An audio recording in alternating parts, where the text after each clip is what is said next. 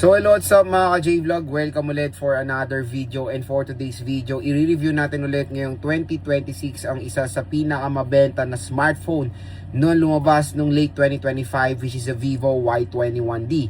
Ito na kayang perfect na smartphone sa inyo ngayong 2026. Tara, check natin.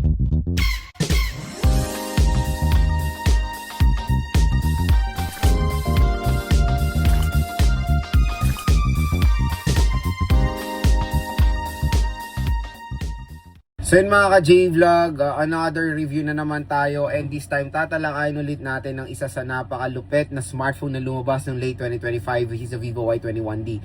So kaya, bakit mo sinabing malupit, Lods? Kaya ako sinabing malupit dahil grabe, ang water protection nito ay pang flagship level at ito yung real talk or yung totoong pwede nyo masubmerge sa water compared doon sa isang brand, which is the Honor X7D, na mababa ang IP rating pero parang karamihan ng mga content creator market na pwede malublob sa water. I don't know why.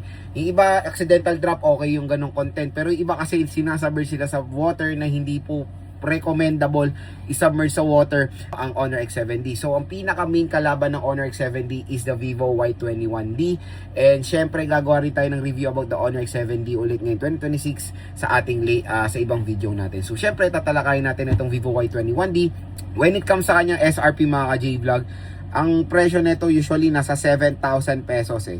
Ayan, 7,000 pesos for the Vivo Y21D. Yan yung usually pwede nyo makuwang price niya sa, check natin ha. That is the 4GB 128. Yes, 7,000 pesos for the 4GB 128 of the Vivo Y21D.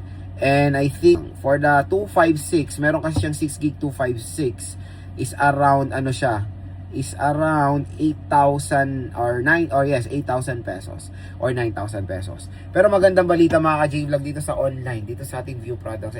Mura nyo lang makukuha ang Vivo Y21D. Yung 4GB 128 niya, pwede nyo makuha at a price na 5,500 pesos. Kasama na dyan ang ating special YouTube voucher.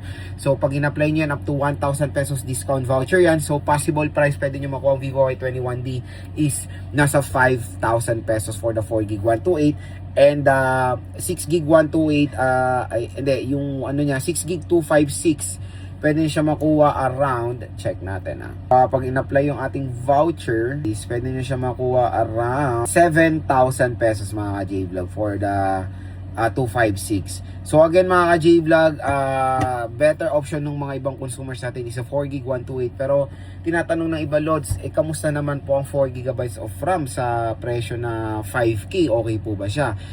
Real talk, definitely karamihan na talaga ng mga ibang brands ay nagbibigay na ng 6GB. 4GB of RAM, usually pwede na natin makuha yan for a price na below 5,000 pesos. So, yun nga, tulad na sinabi ko sa ibang video ko about sa Vivo Y21D, parang binabalance nila yung specs nito para ma-achieve yung flagship level specification nitong smartphone na to. So, yun nga, again, na-try ko na i-game test itong Vivo Y21D. The 4GB of RAM is pwede pa naman. Manageable, pero hindi siya recommendable for heavy gamers, okay? So, kung maglalaro kayo dito sa Vivo Y21D, siguro yung mga, alam mo yung mga light modern games like ML or mga MOBA games, pwede siya. Pokemon Unite, Honor of King, Mobile Legends, and COD. Pero kung Genshin and all, or mga WoWa, medyo mahihirapan ng Vivo Y21D. Hindi lang sa RAM dahil sa processor niya. So, the processor of this smartphone is the Unisoc 7225. 12nm processor, pero when it comes sa kanyang processing power, pang budget talaga siya. So hindi siya bagay for its price, even for its sale price. Real talk yan. Usually ang nakukuha na natin for 5,000 is 7250 or yung mga ibang MediaTek Helio processors. Yung 7225 parang mas babagay yan for a price na 4,000, 3 to 4,000 pesos. So yun lang yung isang magiging skeptical ang ibang ating consumers. Pero again, dito sa ating video, syempre na na natin yun, nagamit na natin ng Vivo Y21D. Bibigay ko sa inyo yung talagang real talk na sa loobin ko dito sa smartphone na to. Ito lang, hindi po mabagal ang Vivo Y21D for casual things, basic mga ginagawa. Hindi po siya mabagal, real talk yan. Opening of apps, scrolling sa social media, hindi po mabagal ang Vivo Y21D. Again, nakapaglaro na ako dito, nag-game test ko na siya. It can handle Genshin. Cut action. It can handle Mobile Legends, Honor of Kings, or COD. Pwede siya. Again, iba usapan sa Genshin. even sa lowest settings, nag-frame drop siya, kaya always manage your expectation when playing AAA games dito. So, hindi siya smooth or hindi ganun ka-playable. Pero pag mga MOBA games, pwede naman pong i-recommend din ang Vivo Y21D para sa inyo. So, chipset and all, hindi siya pwede for solid gamers or yung gaming talaga ang focus sa device. Hindi siya pwede sa inyo. So, pag all-rounder ka, kumbaga, lahat naman ginagawa mo sa smartphone at hindi naman ganun ka-heavy ang paglalaro mo, pwede sa inyo recommend ang Vivo Y21D dahil unang-una rin dito na maganda recommend is yung kanyang IP rating. Guess what? The IP rating of the Vivo Y21D is IP68 or IP69 water and dust resistant. So, ang water protection niya ay water protection na makikita natin sa iPhone 17 Pro Max, Samsung Galaxy S25 Ultra na merong IP68 water and dust resistant. Yan po yung mga device. So, ito yung isa sa entry-level smartphone or budget smartphone na pwede talaga literal na pwedeng masubmerge sa water. Diba? So, napaka-solid na feature yan ng Vivo Y21D, mga ka-J-Vlog.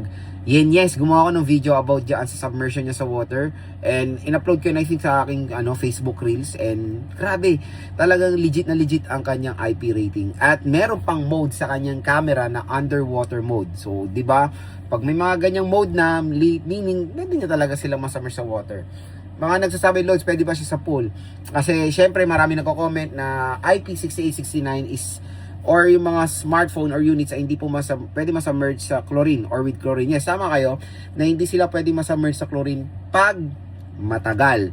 Pag saglit lang naman, like taking underwater shot, I think hindi naman umabot ng 1 minuto na ilulublob niyo yung unit, okay na okay po yan. Pero kung binabad nyo sa pool ang IP6869 na smartphone, na syempre ang recommended kasi na IP68 is 30 minutes within 30 minutes sa fresh water, pwede siya magso-survive siya dyan.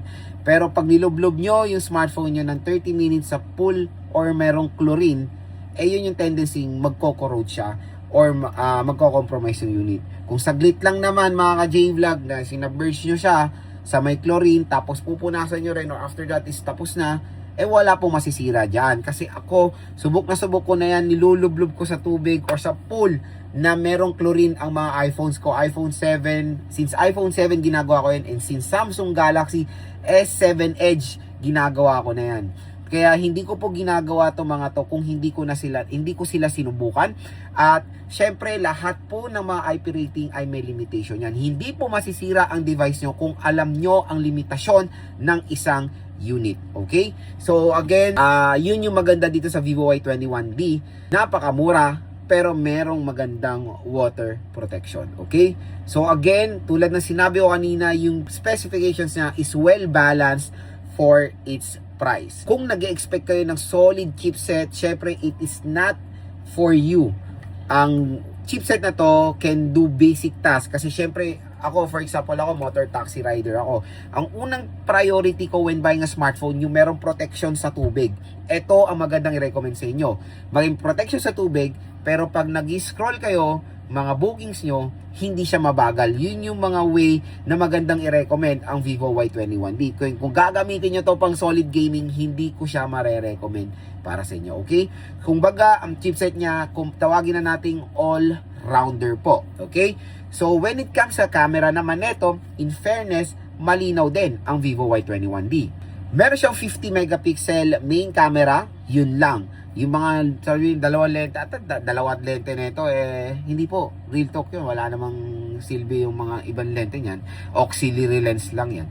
So, ang pinaka-useful lang dyan, do you call this one, na camera, is yung main camera itself, which is malinaw din na. Ang pambato ng Vivo Y21D, mga ka-J-Vlog, kaya sobrang benta ng device na to, is yung kanyang battery, 6,500 mAh non-removable battery capacity. So sobrang solid mga ka-J-Vlog ang kunat ng battery ng device na to. At hindi lang yon, 44 watt fast charging pa siya. So matulin na nga mag-charge, makunat pa ang battery, hands down sa Vivo Y21D. Okay? Maganda siyang recommend sa lahat ng consumers natin kasi syempre yung mga ibang consumers natin, top priority when buying a smartphone is of course yung battery. At meron yan dito. In fairness for the battery naman, ang tagal talaga kasi nag-download ako dito ng mga games. Standby time, ang tagal. Kasi syempre pag nagda-download ako ng mga resources, hindi ko in-off yung smartphone, binababaan ko lang yung brightness, and matagal siya malubat for that kind of scenario. And even pag nagigames ako, konti lang naman din nababawas sa battery percentage sa smartphone na to.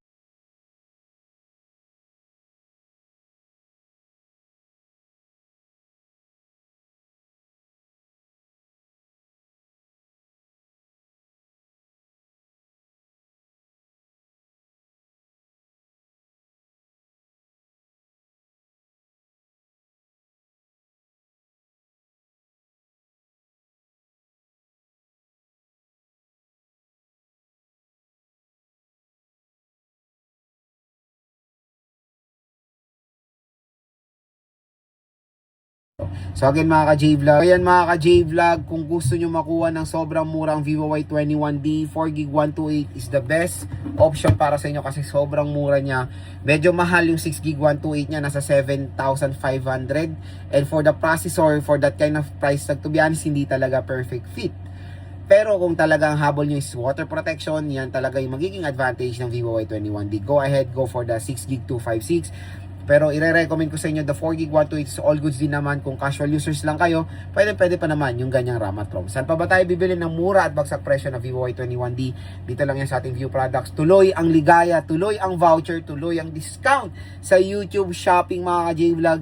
Pag dito nyo yung clinic, meron pong special voucher na naghihintay sa inyo up to 1,000 pesos off. I-grab nyo na yung opportunity na yan dahil sobrang mura lang ng Vivo Y21D.